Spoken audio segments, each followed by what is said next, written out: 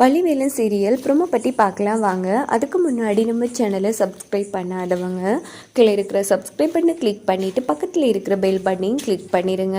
சரி வாங்க வீடியோக்குள்ளே போகலாம். இந்த ப்ரோமோ எப்படி ஸ்டார்ட் ஆகுதுன்னா, நம்ம ரத்னம் வீட்டில் வந்து அடுத்தடுத்து பிரச்சனைகள் நடக்கிறதால யோசிரை வரவழைச்சி பார்க்குறாங்க. உடனே யோசிர் வந்து குலதெய்வம் கோயிலுக்கு போய் ஒரு பூஜை போட்டுருங்க, அதுக்கப்புறமா குடும்பத்தில் எல்லாம் நல்லதாகவே நடக்கும் அப்படின்னு சொல்லிடுறாங்க.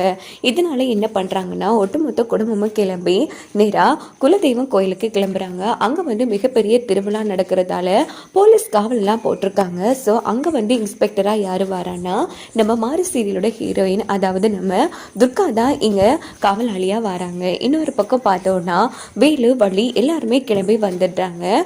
ஸோ இந்த இடத்துல பார்த்தோம்னா நம்ம ரத்னவேல் கதையை வந்து முடிக்கிறதுக்காக திட்டம் போட்டிருக்காங்க போல இருக்கு. அது வேற யாரும் இல்லை, நம்ம ரஞ்சிதா இருக்கலாம்.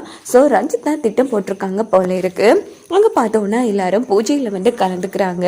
இன்னொரு பக்கம் நல்லபடியாக திருவிழா நடந்துட்டு இருக்கு. அப்போ அதே கோவிலில் தான் நம்ம ஜானகி வந்து வேண்டுதல் பண்ணியிருக்காங்க பூ மிதிக்கிறதா. அங்கே பார்த்தோன்னா அவங்க பூ மிதிக்கிறதுக்குரிய ஏற்பாடுகள்லாம் பண்ணி முடிச்சதும் ஜானகி வந்து சூப்பராக பூ மிதிச்சிட்டு இருக்காங்க. இந்த பக்கம் பார்த்தோன்னா திட்டம் போட்டு ரத்னவேல் கதையை முடிக்கிறதுக்கு பிளான் பண்ணியிருக்காங்க. அந்த வகையில் பார்த்தோன்னா ஒரு பக்கம் நம்ம ஜானகியை வந்து பார்க்கக்கூடாதுன்னு தூரமாக நின்றுட்டு இருக்காங்க ரத்னவேல். இந்த பக்கம் பார்த்தோம்னா வள்ளி வந்து அவங்க குலதெய்வம் கோவிலில் வேண்டுதல் பண்ணுறதுக்கு அவங்களும் நேர்த்திக்கடன் வச்சுருக்காங்க. அதாவது கோவிலை சுற்றி அடிமையெல்லாம் அடி வச்சு அங்கே பிரதட்சணம் பண்ணி வரணும்.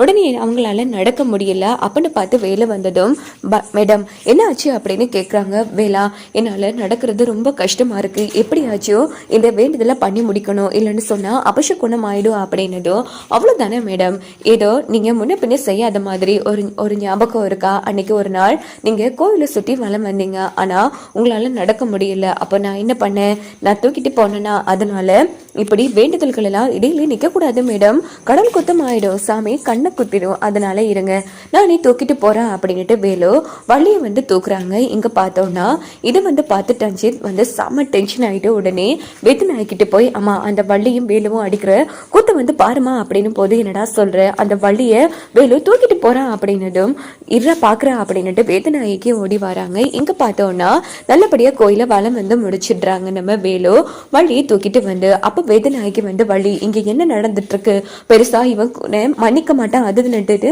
இப்ப அவனை தூக்கியே விட்டுருக்கியா அப்படின்னு போதும், ஐயோ அத்தை, நான் வேண்டுதல் பண்ணியிருந்தேன் அங்க பிரதட்சணை பண்றதா, ஆனா என்னால நடக்கவே முடியல, ரொம்ப கஷ்டமா இருக்கு, வேண்டுதல் இடையிலே நின்று போனா அது சாமி குத்தம் ஆயிடும் அத்தை, அதனாலதான் நான் சொல்ல கேட்க இல்லை, என்ன பண்றது, அவனே தூக்கி முடிச்சிட்டான் அப்படின்னு போதும். இங்க பாடுறா, இப்படி எல்லா விஷயத்திலயும் அட்வான்டேஜா நடந்துக்கிட்டு வேற மாதிரி ஒன்றுனா ஹேண்டில் பண்ண வேண்டியதாக இருக்கும் அப்படின்னு செமையா திட்டிடுறாங்க நம்ம வேதநாயகி வேலுவை.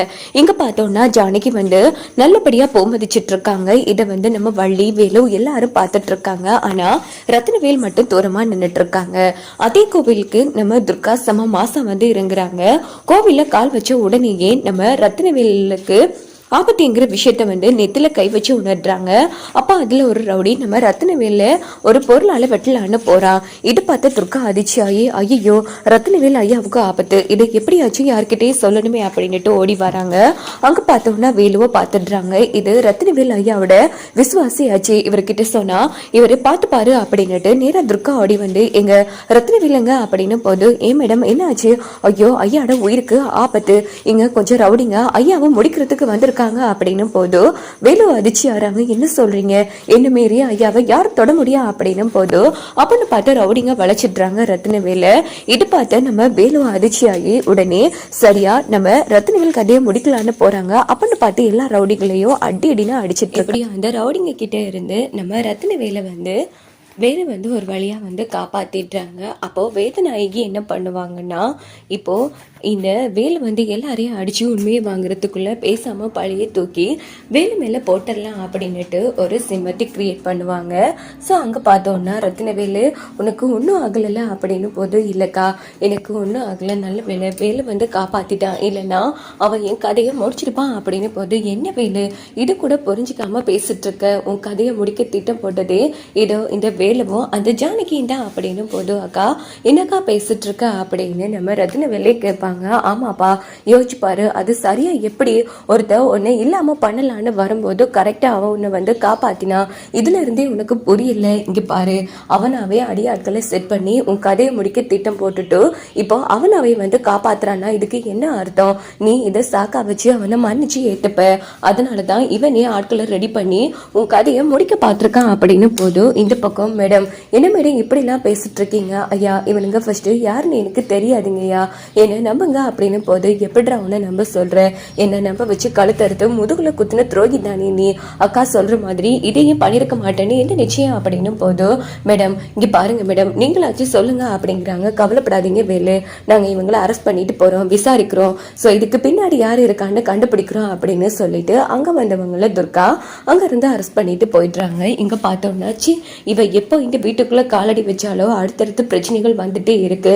நாங்க எல்லாரும் என் பிள்ளை இருக்கும்போது எந்த பிரச்சனையும் இல்லாம நிம்மதியா இருந்தோம். டே வேலு இங்க பாருடா, நீயும் எனக்கு நல்ல விசுவாசியத்தான் இருந்தடா, ஆனா அவ என்ன மாய மந்திரம் போட்டாலோ தெரியல, நீ எனக்கு துரோகி ஆகிட்ட. இங்க பாரு, உன்னை கெஞ்சி கேக்குறேன், இந்த ஜென்மத்துல நான் ஒன்றும் மன்னிக்க மாட்டேன்.